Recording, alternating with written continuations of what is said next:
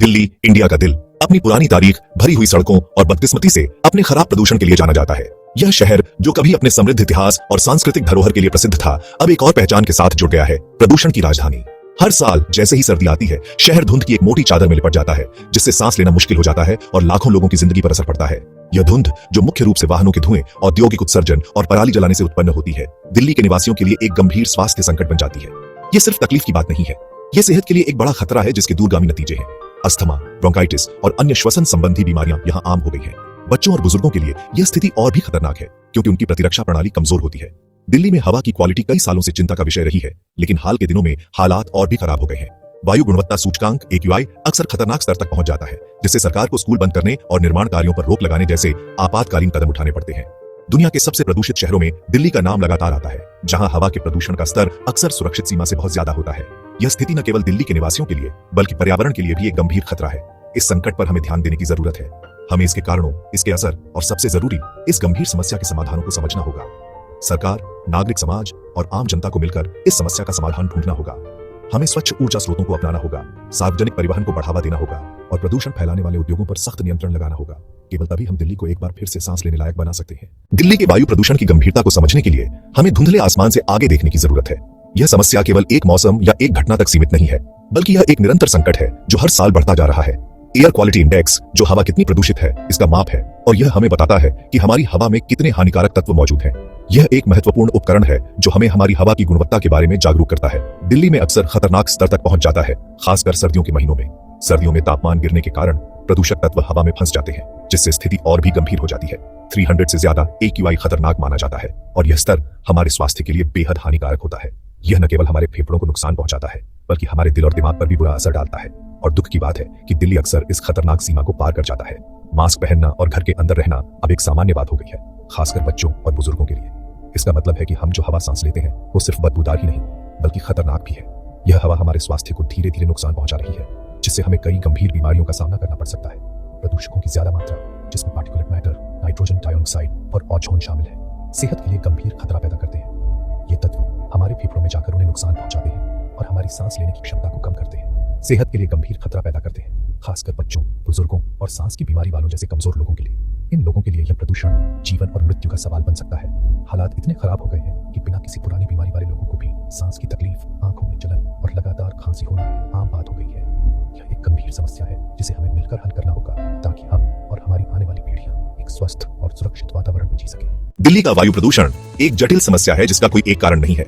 ये कई कारणों का जहरीला मिश्रण है, जिनमें से हर एक बिगड़ती हवा की गुणवत्ता में योगदान देता है। सबसे बड़े कारणों में पड़ोसी राज्यों में पराली जलाना, गाड़ियों का धुआं, औद्योगिक प्रदूषण, निर्माण धूल और यहाँ तक कि भौगोलिक और मौसम संबंधी कारक भी शामिल हैं। हालांकि इन कारणों की पहचान कर ली गई है, लेकिन इन्हें दूर करने के लिए कई तरीकों की जरूरत है। सिर्फ उंगली उठाना ही काफी नहीं है, हमें ठोस कदम उठाने और मिलकर काम करने की जरूरत है, ताकि इन कारणों को कम किया जा सके और एक साफ, स्वस्थ दिल्ली की ओर बढ़ा जा सके। हर साल जैसे ही सर्दी आती है, पंजाब और हरियाणा के किसान पराली जलाने का काम करते हैं। यह एक पुरानी परंपरा है जो दशकों से चली आ रही है। चावल की कटाई के बाद बचे हुए भूसे में आग लगा देते हैं। यह प्रक्रिया किसानों के लिए सबसे आसान और सस्ता तरीका है। यह तरीका हालांकि किसानों के लिए आसान लगता है, लेकिन इससे भारी मात्रा में धुआं और हानिकारक प्रदूषक वातावरण में फैल जाते हैं। ये प्रदूषक हवा में मिलकर सांस लेने में कठिनाई पैदा करते हैं। हवा के रुख के साथ ये प्रदूषक दिल्ली पहुंच जाते हैं, जिससे शहर की पहले से ही खराब हवा की गुणवत्ता और भी खराब हो जाती है। दिल्ली में रहने वाले लोग इस समय के दौरान गंभीर स्वास्थ्य समस्याओं का सामना करते हैं, जिससे शहर की पहले से ही खराब हवा की गुणवत्ता और भी खराब हो जाती है। लोग मास्क पहनने पर मजबूर हो जाते हैं और बच्चों और बुजुर्गों को विशेष रूप से सावधानी बरतनी पड़ती है। हालांकि सरकार ने पराली जलाने से रोकने के लिए कई कदम उठाए हैं, जिनमें जागरूकता अभियान और जुर्माने शामिल हैं, जिनमें फसल के अवशेषों के प्रबंधन के वैकल्पिक तरीकों को बढ़ावा देना शामिल है, जैसे कि मशीनों का उपयोग और जैविक खाद बनाना। लेकिन इसे लागू करना अभी भी एक चुनौती है। किसानों को नई तकनीकों को अपनाने में कई समस्याओं का सामना करना पड़ता है, जैसे कि उच्च लागत और तकनीकी ज्ञान की कमी। प्रदूषण में इस मौसमी बढ़ोतरी से निपटने के लिए सरकार और किसानों दोनों को मिलकर स्थायी और कम प्रदूषणकारी कृषि पद्धतियों को अपनाने की जरूरत है। यह एक लंबी प्रक्रिया है, लेकिन अगर सभी मिलकर काम करें तो इसे संभव बनाया जा सकता है। भाग 5, गाड़ियों का धुआं चलता हुआ और प्रदूषण फैलाता शहर। रोजाना लाखों गाड़ियों के सड़कों पर चलने से दिल्ली को गाड़ियों के धुएं से एक बड़ी चुनौती का सामना करना पड़ता है। कारों, बसों, ट्रकों और दोपहिया वाहनों की भारी संख्या, जिनमें से कई डीजल से चलते हैं, शहर की हवा में लगातार हानिकारक प्रदूषक छोड़ते रहते हैं। हालांकि सरकार ने साफ ईंधन और वाहनों को बढ़ावा देने के लिए कदम उठाए हैं, जिसमें भारत स्टेज 6 उत्सर्जन मानदंडों को अपनाना और इलेक्ट्रिक वाहनों को बढ़ावा देना शामिल है। लेकिन अभी और भी बहुत कुछ करने की जरूरत है। शहर में गाड़ियों से होने वाले प्रदूषण को कम करने के लिए मजबूत सार्वजनिक परिवहन प्रणालियों में निवेश करना, कारपूलिंग और साइकिलिंग को बढ़ावा देना और सख्त उत्सर्जन जांच लागू करना जरूरी है। भाग 6, औद्योगिक उत्सर्जन और निर्माण। धूल विकास किस कीमत पर? आर्थिक विकास की चाह अक्सर एक कीमत पर आती है और दिल्ली में वो कीमत अक्सर इसकी हवा की गुणवत्ता में दिखाई देती है। शहर में कई उद्योग हैं जिनमें से कई हवा में काफी मात्रा में प्रदूषक छोड़ते हैं। इसमें शहर के कई निर्माण स्थलों से निकलने वाली धूल को भी जोड़ दें तो आपके पास हवा की गुणवत्ता की तबाही का कारण बनता है। हालांकि औद्योगिक विकास जरूरी है, लेकिन यह जनता के स्वास्थ्य की कीमत पर नहीं आना चाहिए। उद्योगों के लिए सख्त उत्सर्जन मानकों को लागू करना, साफ तकनीकों के इस्तेमाल को बढ़ावा देना और निर्माण स्थलों पर धूल नियंत्रण के उचित उपाय सुनिश्चित करना प्रदूषण के इस स्रोत को कम करने के लिए जरूरी कदम है। भाग 7, हम जो कीमत चुकाते हैं, स्वास्थ्य, पर्यावरण और आर्थिक प्रभाव। दिल्ली के वायु प्रदूषण के नतीजे दूरगामी हैं, जो न सिर्फ इसके नागरिकों के स्वास्थ्य को प्रभावित करते हैं, बल्कि पर्यावरण और अर्थव्यवस्था को भी प्रभावित करते हैं। सबसे तात्कालिक और खतरनाक प्रभाव जनता के स्वास्थ्य पर पड़ता है, जिसमें सांस की बीमारियां, हृदय रोग और यहाँ तक कि कैंसर भी बढ़ रहा है। पर्यावरण को भी इस प्रदूषण का खामियाजा भुगतना पड़ता है, जिसमें कम दृश्यता, वनस्पति को नुकसान और जल निकायों का दूषित होना शामिल है। आर्थिक रूप से शहर को कम उत्पादकता, बढ़ती स्वास्थ्य सेवा लागत और पर्यटन में गिरावट का सामना करना पड़ता है। इस संकट से निपटना केवल एक पर्यावरणीय अनिवार्यता नहीं है, यह शहर और उसके लोगों की समग्र भलाई के लिए महत्वपूर्ण है। भाग 8, उठाए गए कदम और आवश्यक उपाय। एक स्वच्छ दिल्ली की ओर। हालात की गंभीरता को समझते हुए सरकार ने दिल्ली में वायु प्रदूषण से निपटने के लिए कई कदम उठाए हैं। इनमें वाहनों के लिए ऑन ईवन योजना लागू करना, स्वच्छ ईंधन को बढ़ावा देना और गंभीर प्रदूषण के दौरान आपातकालीन उपाय करने के लिए ग्रेडेड रिस्पांस एक्शन प्लान या GRAP स्थापित करना शामिल है। हालांकि यह कदम सही दिशा में एक कदम है, फिर भी और भी बहुत कुछ करने की जरूरत है।